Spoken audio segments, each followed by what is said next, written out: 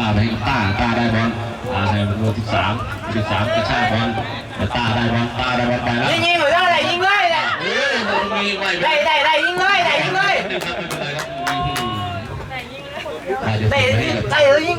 อย่าเรียมไปใส่ละไปหาเอาครับมาครับกายระวังตัวให้กับบอลกายสูงโตมาครับเบียดบอลกายเบียดบอลครับโอ้โหโดนตำเจอเนี่ยเฉพาะหน้าครับไม่สนครับไปแล้วครับส่งมาให้กับต้าไม่ผ่านแบกเข้าไปแบกจึงย้อนบอลอยู่ส่งมาให้กับต้นตีโอ้โหไม่ผ่านแกเอาเลยครับแกนี่ยิงเลยยิงนี่กันไม่ได้เก็บยังคลองบอลอยู่ส่งมาถึงบอลล่าได้ต่อไม่ผ่านไปกายใหญ่ได้บอลกายใหญ่ส่งมาไม่ผ่านบอลล่าได้บอลแล้วบอลล่าเชิญ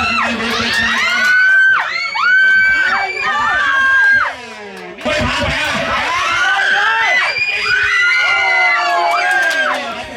ดึงไปเลยเว้ยดึงไปเลยไม่ผ่านกองหลังได้บอลกองหลัง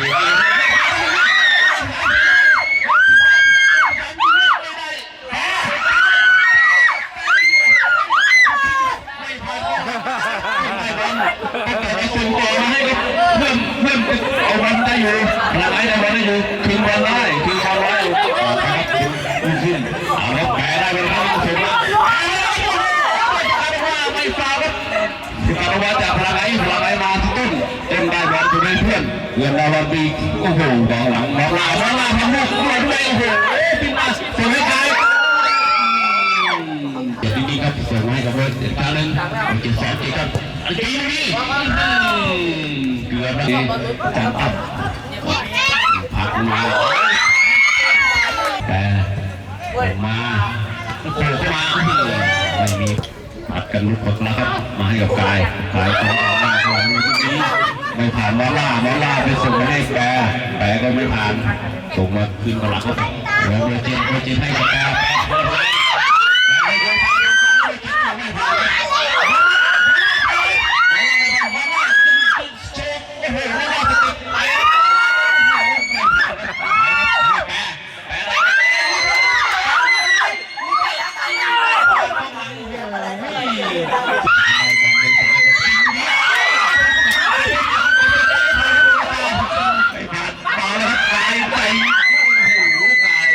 ไป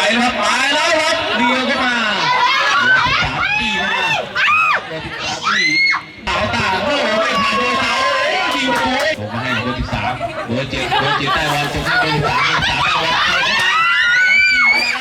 วิ่งจีมาไม่ผ่านโอ้โหไปโอ้โหร้อนครับผมผ่านที่โดนน้อยนี่ครับโดนน้อยเอาบอลลงผ่านไม่ผ่านเรียบร้อยเขาออกแล้วค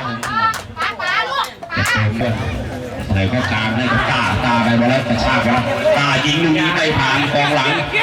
ตาได้แล้วโอ้โหไม่ผ่านนี่กอกนี่ตาเดินไปแล้วเดียวแล้วไม่ผ่านพลังไง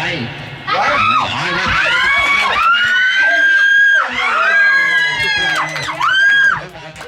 สบายยังไม่เต็มขาเท่าไหร่เอาเลยสีออกมาให้กับปล่อยให้เพื่อนจิ้มเอาเจ็บโอ้ยเพื่อนโอ้โหเป็นเวทีพลาดเลยไม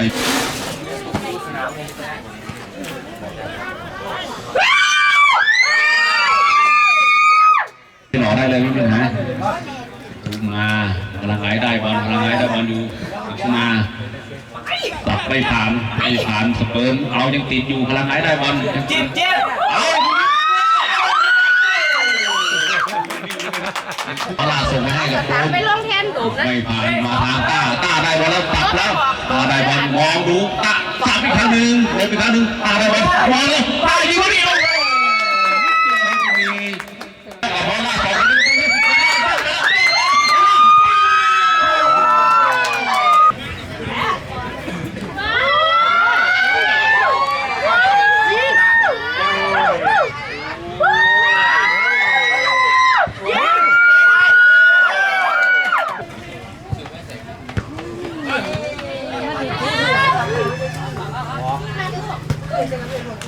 คิวแห่มาอยู่ เสียไปหันนะลูกเขาเสียไปหันนะกินเสียงลั่นตัวไป เปลี่ยนประตูนะครับของร่างกายนะครับโยนมารับไปนะครับหาจังหวะนะครับไปแล้วผมไปแล้วครับไปนะครับหาตัวโอ้โหสวยๆเบอร์7เชียร์ไปด้านซ้ายครับแต่บอลนะครับร่างกายบุกนะอ้าวออกนะครับออกเดี๋ยวเสียเกมอีกนะครับทุ่มไทยครับโอเคขอบพระตาแล้วครับโอ้โหชิงหัวแล้วเอาครับโอ้ชิงโดนออกกลางแตะนะครับยังไงก่อนพิงนะครับพิงของเราพิงของเราพิงออกพิงโอ้ย